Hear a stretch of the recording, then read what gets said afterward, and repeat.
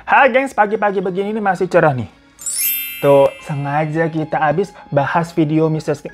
Teman cerita kali ini kita nggak sanggup deh kalau malam-malam gitu, kagak berani. Jadi kita bela-belain nih. Minggu-minggu pagi-pagi kita udah bangun buat video buat kalian. Habis di terror mood ditanyain mana video baru gitu ya. Nah, tapi walaupun kita pagi-pagi ini masih di rumah doang begini, tetap harus proteksi. Habis matahari dulu tuh keren banget gitu. Jadi tetap ya kita harus skincarean. Cepet-cepet aja ke praktis pakai Mira Glossy Series, tadi glossy tonernya, terus serumnya, terakhir pakai day creamnya, udah gitu doang. Abis itu nanti kita langsung lanjut cerita temennya, cerita temen cerita. Nah gengs, walaupun pagi-pagi di rumah aja, kulit tetap harus dijaga. Jangan males-malesan, nggak boleh begitu ya. Makanya, biar nggak malas, yang praktis dan cepet aja pakainya Mira Glossy Series. Belinya di Shopee, pakai kode voucher ini. Udah deh, cuan murah. Dan kalau kalian punya pertanyaan, mau misalkan jadi dropshipper, reseller, dan lain-lain, langsung aja DM ke Instagram mereka.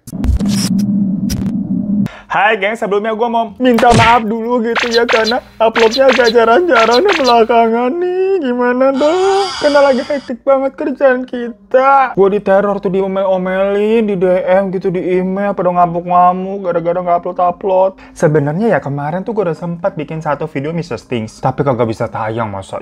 Karena biasalah YouTube tuh kebijakannya suka riweh kalau misalkan kita bahas-bahas kasus kriminal. Tapi ya begitulah hidup. Ada aja gitu banyak cobaannya. Kalau dikit mah namanya bukan cobaan, tapi cobain. Udahlah lagi bete begitu ya video kagak bisa tayang. Bacain email sama komen-komen kalian nih banyak banget. Yang tadi tuh pada marah-marah nggak upload-upload elah. Yang pada ngirim teman cerita juga. Ngomel-ngomel juga, kok cerita aku belum dibacain sih gitu. Aku udah ngirim lama loh. Makanya jadi aku tuh pusing banget. Kepikiran sumpah. Gimana caranya nih bisa ngurusin kerjaan, bikin video. Belum lagi drama penguploadan. Allahu Akbar, bantu hamba Tuhan. Nah akhirnya setelah aku bertahajud dan sholat istihoroh, meminta petunjuk dan jawaban. Jadi gini aja deh ya, mengikuti request kalian semua nih, biar aku tuh kagak disemprot, di komen mulu, di email gitu kan pada numpuk. Jadi sebulan ini, di bulan Juni ini, aku berjanji akan full bawain teman cerita buat ngabis-ngabisin itu email-email dari kalian, biar ngurang-ngurangin dikit. Yang berarti di bulan Juni ini ya, teman cerita spesial janji Juni begitu. Tapi untuk jumlah uploadannya ya mohon maaf, sebisa kita aja ya. Ini tangan gue aja sampai keiris pisau nih. Perkara riweh banget ngerjain ini itu. Jangan minta tiap hari juga, ya bener aja kalian. Tapi janji Juniku akan lebih intens lagi ngupload teman ceritanya ya. Dan bulan ini ingat loh, berarti full videonya tuh teman cerita semua. Lu jangan pada gumoh. Ya udah langsung aja deh ya. Kali ini kita akan membacakan cerita dari teman kita yang namanya Jerry dari Bengkulu. Apa kabar teman-teman Bengkulu? Iya, lagi-lagi kita belum pernah ke Bengkulu tuh. Banyak pantai-pantai yang bagus katanya ya. Nah, karena Jerry ini tuh bekerja di sebuah panti jompo deket Pantai Panjang Bengkulu. Di mana tuh? Kita belum pernah ke sana ya, mohon maaf ya. Si Jerry sih bilangnya pantainya bagus, pasirnya putih. Gue katanya disuruh main-main ke sana kalau ada waktu. Terus mampir ke tempat panti jompo pernah dikerja tuh. Ya mohon maaf lagi nih si Jerry. Dia aja ujung-ujungnya resign nih karena cerita ini dari panti jompo itu. Kalau gue disuruh ke pantainya mah mau aku tuh, tapi jangan suruh ke panti jomponya itu. Nah, basic ya si Jerry ini, itu profesinya memang sebagai namanya caregiver. Jadi dia mengenyam pelatihan khusus tuh untuk merawat orang-orang yang tidak mampu merawat dirinya sendiri. Yang biasanya sih itu para orang tua yang sudah lanjut usia ya, atau lansia sebutannya. Nah, waktu awal pelatihannya itu, dia ditempatkan di sebuah panti jompo yang tadi gue udah bilang tuh deket Pantai Panjang. Nah, sebagai anak baru, dan biar bisa apa sih namanya tuh kayak semacam mendapatkan sertifikat, atau kalau sekarang misalkan kalau kita online shop tuh review bintang 5 sebagai caregiver yang mumpuni, pastinya Jerry ini beberapa ya teladan banget dalam mengerjakan sesuatunya. Panti jompo di sana tuh nggak lumayan besar sebenarnya. Kira-kira ada 50 kamar lah. Tapi nggak semuanya keisi. Waktu jadi datang ke sana keisi sekitar 30-an. Dan di sana kalau misalkan hari weekend nih, Sabtu dan Minggu, ataupun hari libur dan tanggal merah, keluarga dari beberapa pasien ataupun penghuni sana itu banyak yang datang jenguk, terus ngajak orang tua mereka buat apa ya, sekedar jalan-jalan lah menikmati waktu. Dan Jerry ini tuh basicnya nggak punya apa ya, pengalaman cerita-cerita horor sebelum-sebelumnya. Dia juga bukan tipe-tipe orang yang terlalu parno dan mempercayai hal-hal yang mistis gitu. Hidupnya mah normal dan lempeng-lempeng aja. Jadi pas masuk ke panti tuh, awalnya nggak ada pikiran yang aneh-aneh mah boro-boro. Walaupun pas berber pertama kali datang tuh, dia kan diantar nih sama kakaknya yang cowok. Naik motor gitu kan.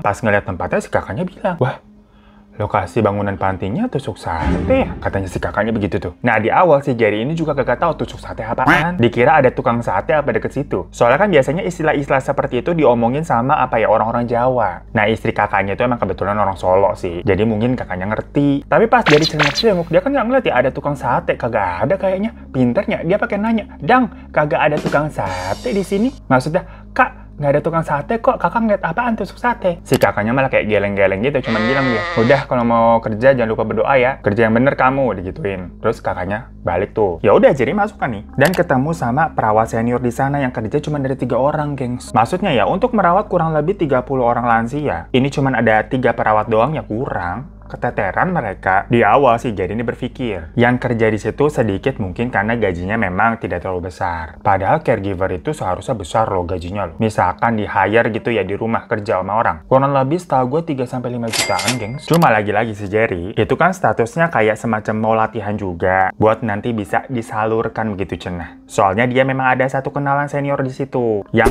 masukin dia ke sana, namanya Ciko. Dan di panti sana sistemnya para perawat yang nginep ya, gengs ya. Jadi mereka disediakan kamar sendiri yang harus apa ya, siap 24 jam lah. Namanya juga jagain orang tua. Dan di hari pertamanya jadi kerja tuh, gak tahu perasaannya doang apa bagaimana. 2 senior lainnya tuh kayak jutek-jutek. Ada satu cewek bernama Dea dan satu lagi cowok bernama Yudi. Jadi di situ perawat cowoknya cuma ada 1, gengs. Sisanya cowok semua kan, tumben-tumbennya ya. Biasanya kan kita sering ngeliatnya namanya perawat kebanyakan cewek daripada cowok. Nah, pokoknya si Jerry ini dikenalin nih sama para penghuni panti sana yang udah pada oma-oma apa opa-opa semua. Tapi di sini opa-opanya bukan opa sarangnya ya. Beda, udah kakek-kakek ini. Nah, rutinitas para penghuni di sana sebenarnya kehidupannya kayak biasa aja sih. Kayak kita-kita juga. Bangun pagi sarapan, olahraga pagi yang gerakannya tapi cuma kayak goyang-goyang tangan sama goyang-goyang pala aja. Yang penting gerak gitu, bukan kayak Vicky Burke yang 1, 2 yang ada patah tulang semua itu oma-oma apa opa-opa.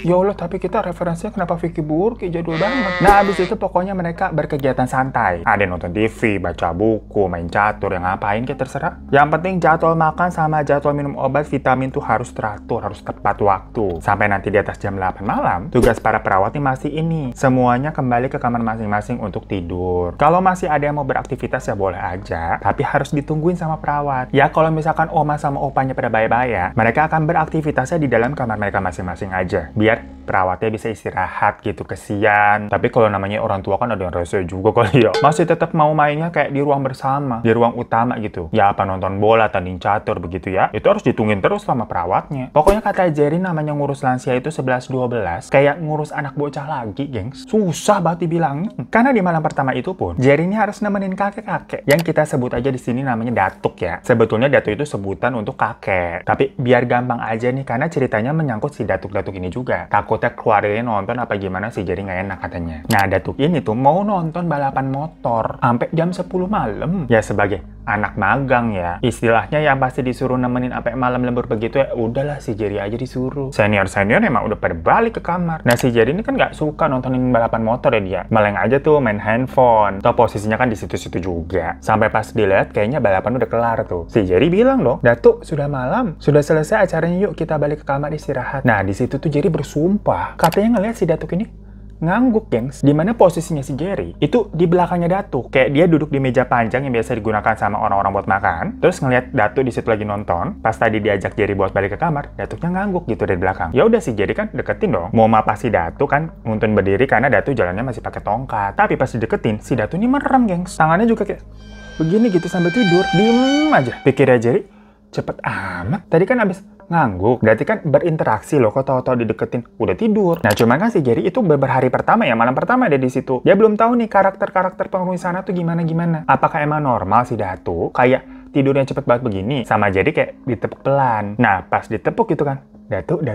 Si Datu malah kayak jatuh, gengs. Lah Jerry panik kan. Dicek nafas sama denyut-nadinya gitu masih ada, cuma ya keadaannya udah jatuh kaku gitu. Dia langsung lari tuh bangunin Ciko ke kamar perawat buat ngabarin kondisi Datu dan nanya, Datu ini emang suka begini apa gimana? Saat itu untungnya si Ciko ini belum tidur. Dia langsung bergegas lari ke ruang bersama dan dia lihat ya, Datu kondisinya masih kaku begitu tuh tiduran di sofa. Jadi kan ingat banget ya, tadi dia ngecek nafas masih ada, nadinya juga masih ada. Tapi waktu si Ciko ngecek, dia langsung kayak bilang, innalillahi wa inna ilaihi raji'un. Ternyata Datu meninggal malam itu, gengs. Nah, Jerry sebagai perawat terakhir yang nemenin Datu, itu langsung ditanya-tanya kan, gimana kejadiannya tadi. Ya jadi bilang, Datu ini lagi nonton balapan motor di TV. Sempet kayak teriak-teriak keseruan gitu kok. Gregetan gitu kan jagonya di balap. Terus pas udah mau selesai, jadi mau ajak balik gitu ke kamar kan. Sempat ngangguk. Namun pas mau dipapat, Toto kaku, jatuh gitu kondisinya. Ya udah malam itu juga Datu ditiduran di kamarnya. Dan para perawat jadinya lembur. Nelponin pemilik panti ini namanya Bu Sita. Yang lagi keluar kota ada urusan. Mereka ngabarin kan perihal Datu ini meninggal. Dan kata Bu Sita, nanti dia yang akan hubungin keluarganya Datu. Nah di situ si Jerry diajak loh untuk memandikan jenazahnya Datu. Sekalian belajar gimana caranya. Sebelumnya Jerry ini nggak kepikiran sama sekali kalau caregiver itu kok juga merangkap buat mandiin jenazah. Kalau misalkan orang yang dirawatnya dia itu meninggal. Ya ternyata setelahnya dia baru tahu kalau emang kagak begitu seharusnya. Cuma kebetulan di panti itu, para perawatnya udah kebiasa nih. Kalau penghuni sana ada yang meninggal, karena kan rata-rata emang udah pada lansia, udah pada jompo-jompo ya. Ya semua nih mereka yang ngurus. Sebelum keluarganya ini datang nih, untuk nanti kalau udah datang ya langsung dikuburin. Makanya di sana walaupun perawatnya kebanyakan cowok-cowok, tetap ada satu cewek tuh, si Dea yang buat ngurusin kalau ada apa-apa sama pasien perempuan. Jujur Jerry kayak kagok dan lumayan ketakutan gitu mandiin jenazah. Ciko sama Yudin yang juga sampai ngafanin gitu gengs, buat ngepocongin Datu. Jadi di panti itu ada satu lemari yang isinya kain kafan dengan berbagai ukuran tuh bermeter-meter. Nah udah diikat nih tali pocongnya, terus hidungnya juga disumpel kapas. Merinding asli gue bawain cerita ini. Heran aja mau-mauan gue kenapa pilih ceritanya ini. Boleh nggak sih janji Juni yang beberapa menit kita lalu omongin tuh kita tarik lagi begitu udah telat belum sih? Nggak apa-apa deh, jelas udah sendiri. Repot kalau begini. Nah pokoknya habis sudah selesai nih, si Jerry dibilangin kalau malam itu berarti mau nggak mau mereka ini harus lembur sampai ada jawaban dari Bu Sita. Mereka ini harus ngapain ya, semacam nunggu instruksi. Ya si Jerry ngerasa apes banget ya, hari pertamanya pasiennya udah meninggal aja dan dia disuruh jagain pocongnya. Jadi sempat make sure nih, maksudnya kita di sini lembur jagain pocongnya Datu di dalam kamar nih bersama pocongnya Datu. Ya nggak gitu juga kata si Ciko. Kamu di kamar aja atau di ruang bersama juga boleh. Tapi yang jelas kamu jangan tidur karena harus standby kalau misalkan nanti dipanggil apa-apa langsung gercep. Nah jadi mikir nih, standby ngapain sih? Kan dikuburnya juga palingan besok pagi ya. Nggak mungkin lah dikubur malam ini. Jadi harusnya dia boleh-boleh aja dong tidur. Ngantuk banget habisnya. Tapi ya itu semua kan hanya di dalam hatinya Jerry aja ya. Pas dibilangin begitu mah dia ngangguk dan bilang ya udah aku jaga di kamar. Nanti kalau ada apa-apa panggil aja. Dari situ pun Yudi sama Ciko pun juga balik sama ke kamar. Dan kamar mereka ini posisinya sederetan ya. Ciko sama Yudi nih sekamar nih pakai kasur tingkat. Dan Jerry di kamar sebelahnya. Cuma berhubung dia sendiri, itu kan di dalam kamarnya juga kasur tingkat. Ya dia tidur di bagian bawahnya tuh. Kemungkinan kamarnya Dea juga begitu ya. Dia kan tidurnya sendiri juga. Nah tapi pas kita dengar kasur tingkat ya,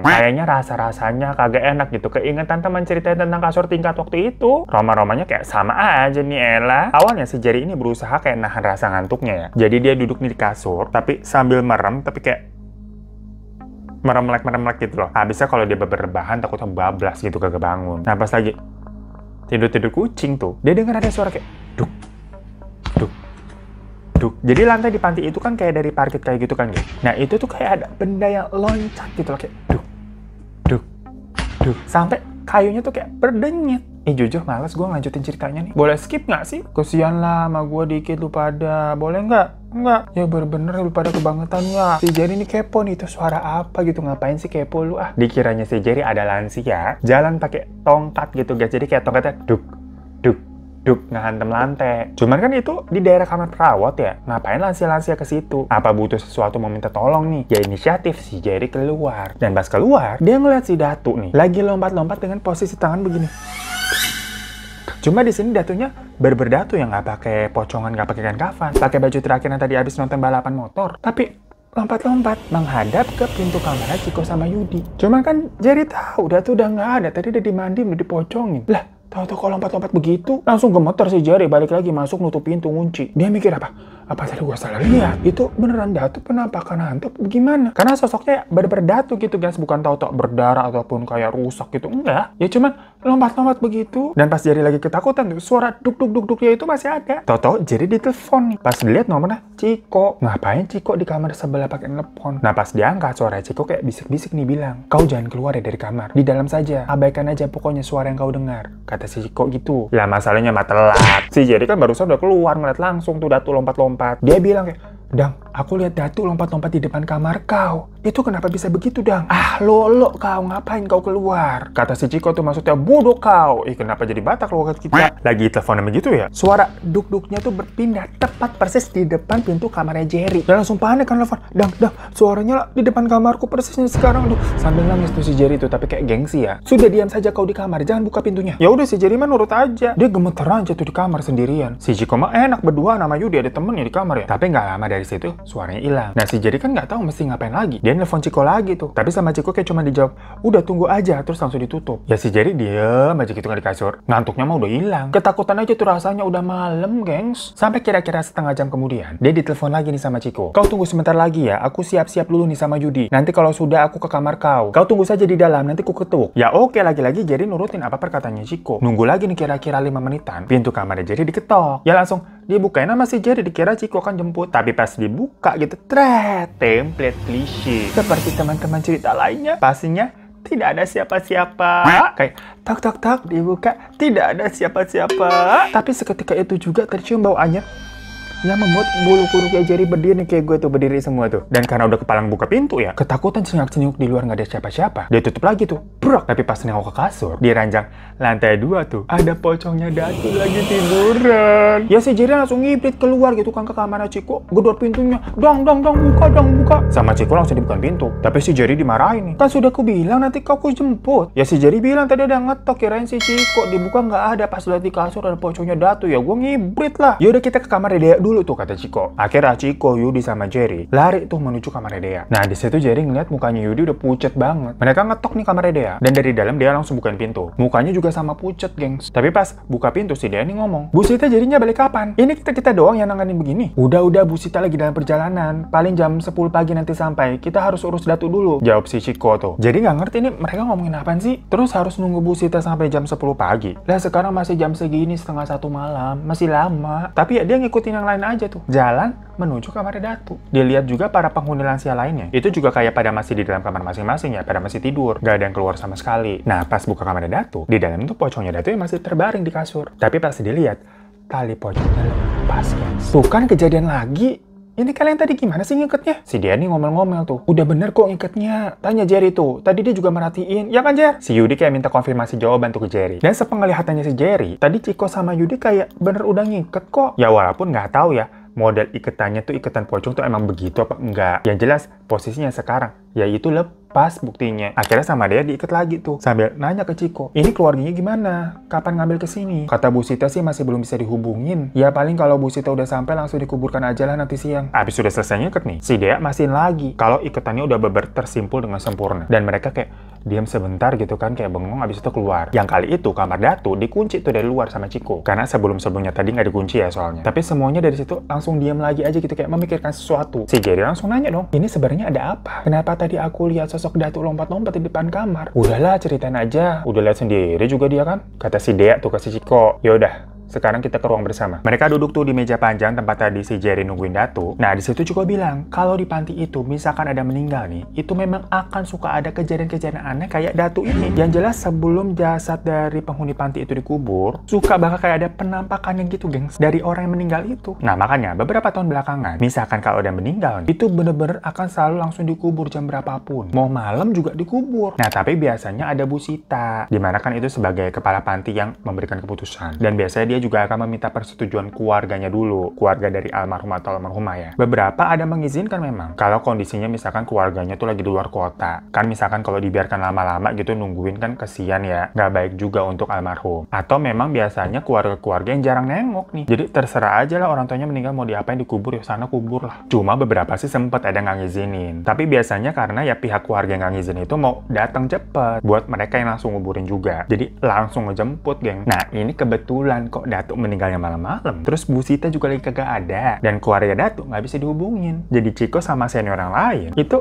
bingung harus gimana nih nunggu sampai Bu Sita balik jam 10. Nah pas lagi ngobrol-ngobrol begitu ya, tau-tau ada lansia lain nih datang. Kayak kebangun mungkin dia mendatangi mereka. Nenek-nenek gitu, namanya nenek Ayah. Datang-datang dia langsung bilang, itu si Datu berisik banget tuh manggil-manggil kalian di kamarnya. Saya mau masuk nggak enak. Coba deh kalian cek sana. Jadi si nenek Ayah ini, itu kamarnya emang di depannya kamar Datu. Mungkin dia dengar begitu nggak enak mau masuk, karena gimana pun juga kan dia perempuan nih, masuk ke kamar laki-laki. Tapi pas nenek ayah bilang begitu ya semua pada lihat-lihatan. Ini si nenek ayah pasti belum tahu kalau Datu udah meninggal. Si Ciko mau bilang juga nggak enak, takutnya itu kan udah malam ya. Nenek-nenek dibilang begitu ntar kaget jantungan. Berarti kan tadi dia dengar suara orang yang udah mati. Akhirnya sama Ciko cuma dijawab, oh baik nih nanti kami kesana. Ya maksudnya si Ciko kan cuma basa-basi ya, biar si neneknya balik lagi ke kamar udah. Tapi sama si nenek ayah ditungguin tuh mereka. Ya mau nggak mau si Ciko pergi tuh ke kamar Datu. Sementara Dea disuruh ngurus nenek ayah, nuntun tuh bawa balik ke kamarnya dia. Sementara Jerry sama Yudi nunggu tuh di ruang bersama. Nah tahu-tahu si Ciko tuh balik setengah lari sambil gelagapan. Yang sama Yudi ditanya, kenapa lu? Datu udah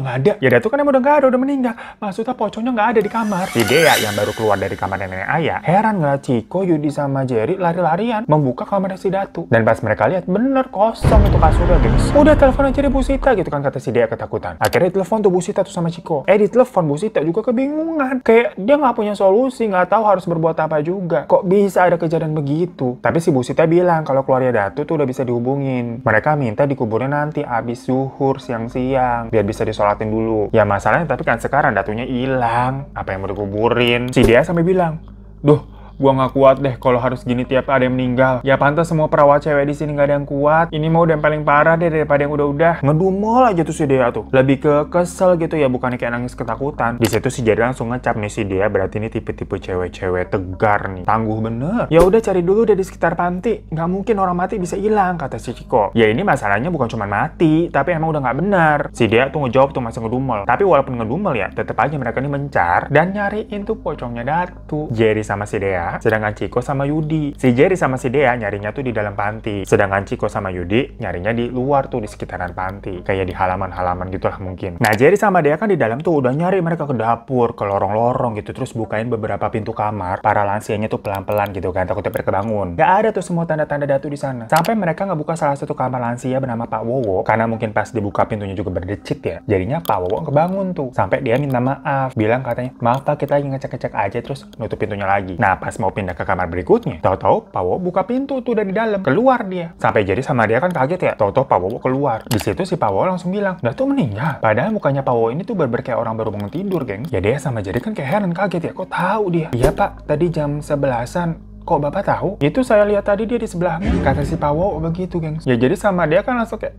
sebelah, nggak ada siapa-siapa, langsung berkicap. Iya, tapi itu bukan dia. Itu penunggu sini yang menyerupai dia, makanya saya langsung tahu. Penunggu sini kalau ada yang meninggal masuk ke usil menjelma jadi orang itu. Dia sama jadi masih tatap-tatapan tuh pas Pak Wowo bilang gitu. Tapi Pak, jasadnya Datu hilang. Tadi terakhir di kamar dikunci padahal, tapi sekarang nggak ada. Ini kita lagi ngiter, makanya lagi nyari, kata si Dea tuh. Masa orang mati bisa hilang? Bener Pak, nggak ada. Ini perawat lain juga pada keluar nyariin Datu. Orang yang sudah mati itu nggak mungkin jalan-jalan hilang sendiri. Coba saya mau lihat ke kamar Datu. Si Pak Wowo minta diantarin tuh ke kamar Datu. Nah Pak Wowo ini tuh jalannya juga sama kayak Datu, pakai tongkat. Udah tertatih-tatih gitu susah. Jadinya pelan-pelan tuh dituntun sama Dea tuh di kanan dan di kiri Jerry. Nah pas sampai di depan kamar Datu, nenek ayah keluar dari kamar. Katanya kebangun dengar suaranya tongkatnya Pak Wowo tuh berisik duk gitu kan jalannya. Ya karena udah telanjur juga ya situasinya ya. Jadi biarin aja deh, nenek ayah juga tahu kalau sebenarnya Datu ini udah meninggal. Dan pas kamar Datu dibuka, pocongnya ada dong, terbaring di atas kasur. Dia sama Jerry kan kayak, loh kok ada? Tadi nggak ada, lo tadi hilang. Cuma si Pak Wowo bilang begini, kalian ditutupin aja itu penglihatannya sama penghuni sini. Sudah saya bilang orang mati nggak mungkin jalan-jalan lagi. Terus Pak Wowo mendekat tuh ke mayat Datu dan kayak berdoa gitu di samping jasadnya sambil mengusap kepalanya dengan tatapan yang sedih. Sementara nenek ayah nangis. Ya karena dia sebenarnya cukup dekat dengan Datu. Kayak temen lah sering ngobrol tiap hari. Tapi ternyata Datu nih dipanggil duluan. Nenek ayah bilang, kalau Datu pernah pesan misalkan suatu hari dia meninggal, dia pingin keluarganya tuh datang lengkap di acara pemakamannya nanti. Ya karena udah ketemu nih Datu nih ada di kamar gak kemana-mana pocongnya di situ ya. Jadi nelfon Ciko, nanya kayak, di mana Dang?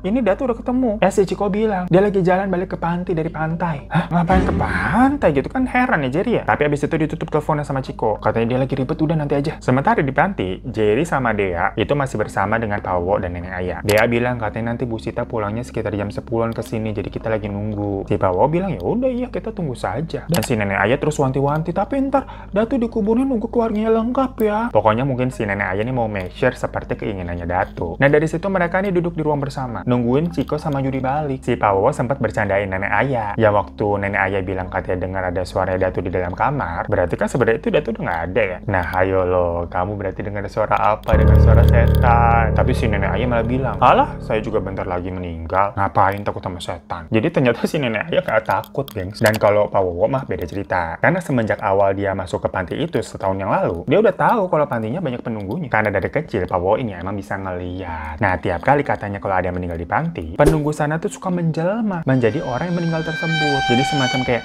minjem wujud, gengs, sebelum roh dari orang itu tuh pergi ke alam kubur. Makanya kalau udah dikuburin kan sering dikubur cepet-cepet tuh, ya udah hilang gangguannya. Makanya para perawat di sana itu banyak yang ketakutan, dikira ngeliat kayak ada orang mati gitu hidup lagi kan, pocongnya kemana-mana, diganggu-ganggu, padahal yang ganggu ya penghuni sana yang menjelma menjadi orang yang meninggal. Ya Pak Wowo yang dari kecil udah sering lihat begituan ya, jadi udah terbiasa dengan hal-hal seperti itu. Jadi kalau menurut ceritanya Pak Wowo, emang dasar pantinya itu banyak penghuninya, dan Bu Sita ya kayak clueless. Dia nggak ngerti nih cara mengatasi kayak gangguan-gangguan begitu gimana. Dia ngertinya ngurus dan mengatasi permasalahan-permasalahan para penghuni dari panti jompo itu yang beneran manusia, kakek-kakek sama nenek-nenek. Tapi akhirnya si dia bilang, udahlah kalau begini mah saya resign aja, mendingan cari tempat lain, karena kan capek ya sport jantung mulu, tiap kali ada meninggal berasa dikerjain gitu. Ya kalau kata Pak Wowo lagi-lagi, ini mah antara emang perawatnya harus kuat mental, atau dari pemilik panti yang inisiatif buat ngusir ataupun mendoakan tempatnya biar nggak diganggu-ganggu lagi orang-orangnya. Karena gimana pun juga sebenarnya di semua tempat ya pasti ada. Lain halnya kalau nenek Ayah nih, dia mah malah pengen cepet-cepet mati. Udah capek katanya hidup di dunia, umurnya udah 74 tahun. Keluarganya juga jarang jenguk, kesian. Jadi dia rasanya kayak pengen ngadep Tuhan secepatnya. Misalkan mau diganggu setan, udah ganggu lah, siapa tahu saya jantungan begitu terus meninggal. Lah malah begitu si nenek Ayah, nek.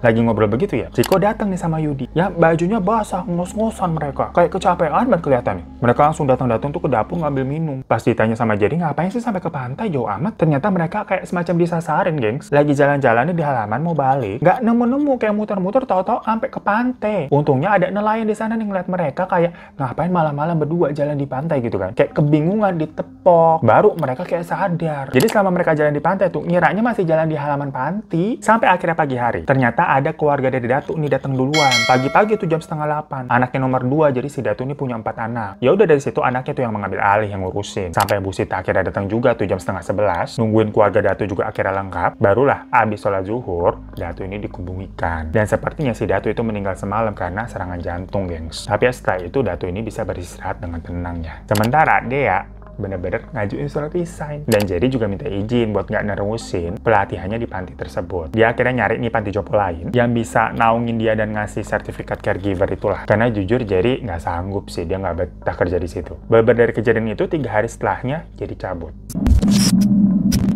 So itu guys cerita Jerry yang bukan cuma ngurusin lansia, tapi ngurusin pocongnya juga. Sampai nyariin perkara hilang lah, repot bener. Tapi serem banget pastinya malam itu ya. Dan menurut gua keputusannya Jerry ya, masuk di logika juga sih ya, wajar-wajar aja. Bukan kayak film-film horor yang udah kejadian begitu, tetep aja gitu kerja di situ. Si Jerry ini nggak betah. Ya tapi kalau dipikir-pikir, kasihan juga itu para lansia di sana ya. Cuma sih Ciko sama Yudi katanya terakhir kali tetap masih kerja di sana, gengs. Yang keluar Dea sama Jerry doang. Nah mungkin Ciko sama Yudi itu yang karakter-karakter di film emang demen kali yang horor-horor.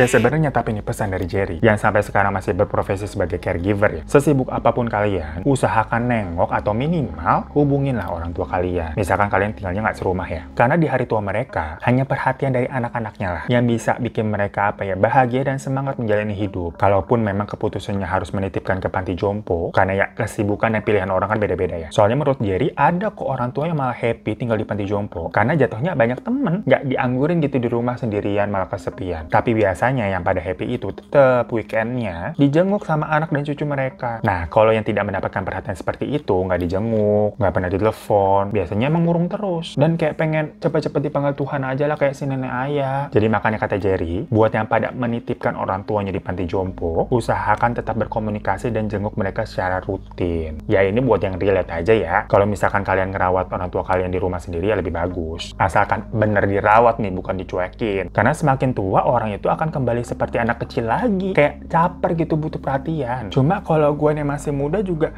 butuh perhatian.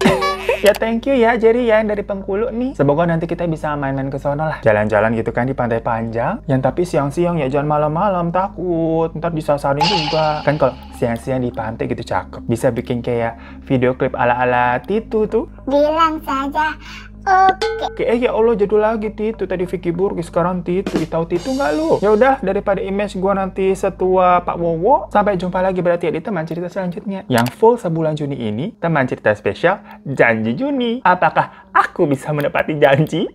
Ya namanya manusia. Kalau ingkar-ingkar dikit ya maaf-maaf aja ya. Ya udah, sampai jumpa lagi. Assalamualaikum.